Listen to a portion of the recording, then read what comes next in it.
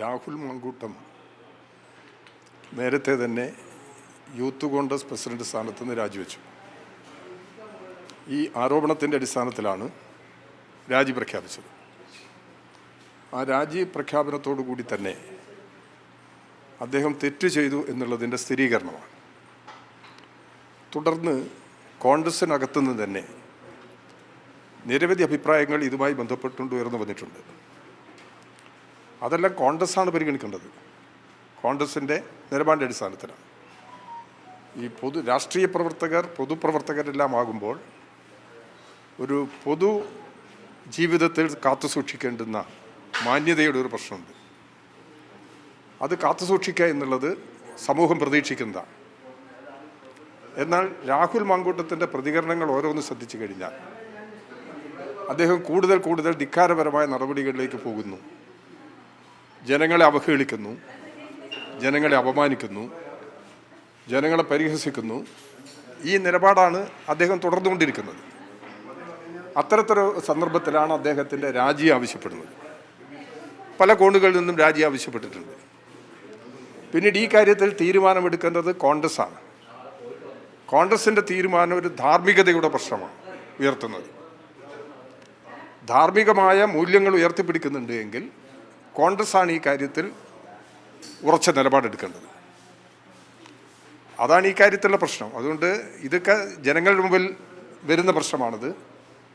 തീർച്ചയായും ജനങ്ങളുടെ പ്രതികരണം ഇതിനകം തന്നെ കേരളം കണ്ടു കഴിഞ്ഞിട്ടുണ്ട്.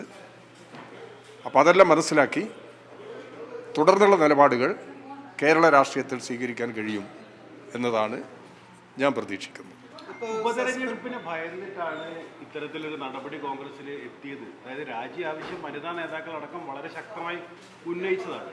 പക്ഷെ ഉപതെരഞ്ഞെടുപ്പിനെ ഭയന്നിട്ടാണ് ഇത്തരത്തിൽ സസ്പെൻഷനിലേക്ക് നടപടി ഒതുക്കിയതെന്നുള്ളൊരു വ്യാഖ്യാനമുണ്ട്. CPM അല്ലെങ്കിൽ LDF ഉപതെരഞ്ഞെടുപ്പിന് ഭയമുണ്ടോ? LDF ഒരു ഉപതെരഞ്ഞെടുപ്പിനെയും ഭയമില്ല. ഉപതെരഞ്ഞെടുപ്പ് വരികയാണെങ്കിൽ ആ ഉപതെരഞ്ഞെടുപ്പിനെ നേരിടുക എന്നുള്ളത് തന്നെയാണ്. അത് ഈ തെറ്റിന് പരിഹാരമാവുന്നില്ല. അതുകൊണ്ട് അത്തരമൊരു വ്യാഖ്യാനം നടത്തുന്നത് ശരിയല്ല എന്നുള്ളതാണ് എൻ്റെ അഭിപ്രായം. ഒരു സാഹചര്യത്തിലും ഉപതെരഞ്ഞെടുപ്പിനെ ഭയപ്പെടുക എന്ന നിലപാട് ഇടതുപക്ഷ ജനാധിപത്യ മുന്നണി സ്വീകരിച്ചിട്ടില്ല.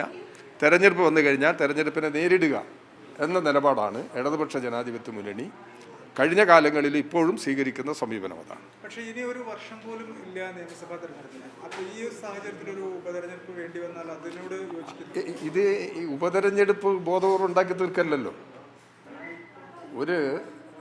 ഒരു സമൂഹത്തിൽ മൂല്യമുയർത്തിപ്പിടിക്കേണ്ടുന്ന ഒരു വ്യക്തി ആ മൂല്യങ്ങളിൽ നിന്ന് പുറകോട്ട് പോയിരിക്കുന്നു. ജനങ്ങൾക്കൊരു കാരണവശാലും അംഗീകരിക്കാൻ കഴിയാത്ത നിലപാടിലേക്ക് അദ്ദേഹം എത്തിച്ചേർന്നിരിക്കുന്ന ഒരു നിയമസഭാ സാമാജികൻ. അപ്പോൾ സാധാരണ നിലയിൽ അത്തരമൊരു പദവിയോട് എന്ത് നിലപാട്? ഞങ്ങൾ സ്വീകരിക്കുന്ന നിലപാട് ഈ പദവിക്ക് പ്രാധാന്യം നൽകണം. അല്ലെങ്കിൽ ഇദ്ദേഹം തെറ്റ് സമ്മതിക്കരുത്. രാഹുൽ മാങ്കൂട്ടം വാചകത്തിൽ തെറ്റ് സമ്മതിച്ചോ ഇല്ലയോ എന്നുള്ളതല്ല പ്രശ്നം. യൂത്ത് കോൺഗ്രസിൻ്റെ പ്രസിഡന്റ് സ്ഥാനം രാജിവെച്ചതോടുകൂടി അദ്ദേഹം തെറ്റുകാരനാണെന്ന് സ്ഥിരീകരിക്കപ്പെട്ടിട്ടുണ്ട്. അങ്ങനെയുള്ള ഒരാളോട് കോൺഗ്രസിൻ്റെ നിലപാടെന്ത്? അതാണ് പ്രശ്നം. കോൺഗ്രസിൻ്റെ അകത്തെന്തെല്ലാം കാര്യങ്ങൾ നടക്കുന്നു, ആരെല്ലാം എന്തെല്ലാം അഭിപ്രായം പറയുന്നു എന്നുള്ളതൊന്നും നമുക്ക് പറയാൻ സാധിക്കുന്ന കാര്യമല്ല. പക്ഷേ കോൺഗ്രസിനകത്ത് താങ്കൾ തന്നെ നേരത്തെ ചൂണ്ടിക്കാണിച്ചു, കോൺഗ്രസിനകത്ത് തന്നെ ഉയർന്നു വന്നിട്ടുള്ള ശക്തമായ അഭിപ്രായങ്ങളുണ്ട്. അഭിപ്രായങ്ങൾ കോൺഗ്രസിൻ്റെ നേതൃത്വമല്ലേ പരിഗണിക്കേണ്ടത്. കോൺഗ്രസിൻ്റെ നേതൃത്വം പരിഗണിച്ചുകൊണ്ടുള്ള ഒരു നിലപാടിലേക്ക് ഈ കാര്യങ്ങളിലെത്തണം. കോൺഗ്രസിൻ്റെ നിലപാട് അവരുടെ മൂല്യച്യുതി സമൂഹത്തിൽ സ്ഥിരീകരിക്കപ്പെടുന്നതാണ്. കോൺഗ്രസിന് ഒരു തരത്തിലും കേരളത്തിൽ ഭാവി ഇല്ല എന്ന് വ്യക്തമാക്കുന്ന നിലപാടാണ് ഈ സമീപനത്തോടെ വന്നു ചേർന്നിരിക്കുന്നത്. പക്ഷേ ഇതിലൊരു വിമർശനമായിട്ട് കോൺഗ്രസ് അടക്കം പറയുന്നത് മുകേഷ് അടക്കമുള്ള ഇടതു നേതാക്കളുടെ കാര്യത്തിൽ ഈ ഒരു നിലപാടല്ല പാർട്ടി മുന്നണിയും സ്വീകരിച്ചത്.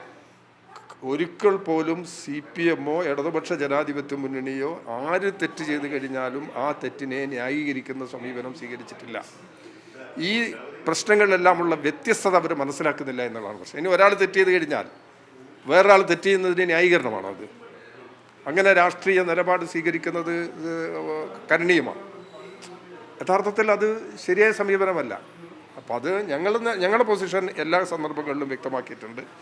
CPM സംസ്ഥാന സെക്രട്ടറി ഇത്തരം പ്രശ്നങ്ങളോടുള്ള പാർട്ടിയുടെ നിലപാടും ഒരു അർത്ഥശങ്കയ്ക്കും ഇടയില്ലാത്ത നിലയിൽ വ്യക്തമാക്കിയിട്ടുണ്ട്. ഈ യൂത്ത് കോൺഗ്രസിന്റെ ചില വാട്സപ്പ് ചാറ്റുകൾ പുറത്തുന്നുണ്ട്. അതിൻ്റെ അകത്ത് പറയുന്നത് ഈ പി.ടി. തോമസിന്റെ ഭാര്യയായ ഉമാ തോമസിനെ പോലും വ്യക്തിപരമായി അധിക്ഷേപിക്കുന്ന രീതിയിലുള്ള കാര്യങ്ങളാണ് യൂത്ത് കോൺഗ്രസിന്റെ വാട്സപ്പ് ഗ്രൂപ്പിൽ വരുന്നത്. അത് വേറെ ഗൗരവമായ കാര്യമല്ല. ഗൗരവമായ കാര്യം തന്നെയാണത്. യഥാർത്ഥത്തിൽ കൂടെ നിൽക്കുന്നവർക്ക് പോലും സംരക്ഷണമില്ല. എന്ത് വൃത്തികേടിൻ്റെയും ആ വൃത്തികേടിനെ ന്യായീകരിക്കുകയും അംഗീകരിക്കുകയും ചെയ്യുന്ന നേതൃത്വമുണ്ടായാൽ ഇതിനേക്കാൾ അപകടകരമായ നിലപാട് സ്വീകരിക്കും. കോൺഗ്രസിനെ ബാധിച്ചു കഴിഞ്ഞിട്ടുള്ള ഏറ്റവും ഗുരുതരമായ പ്രശ്നമാണിത്. അവിടെ നേതൃത്വം തന്നെയാണ് ഈ കാര്യങ്ങളെക്കുറിച്ച് പരിശോധിക്കേണ്ടത്. തുടർന്നുള്ള നിലപാട് എന്ത് എന്നുള്ളതും അവർ തന്നെയാണ് വ്യക്തമാക്കേണ്ടത്.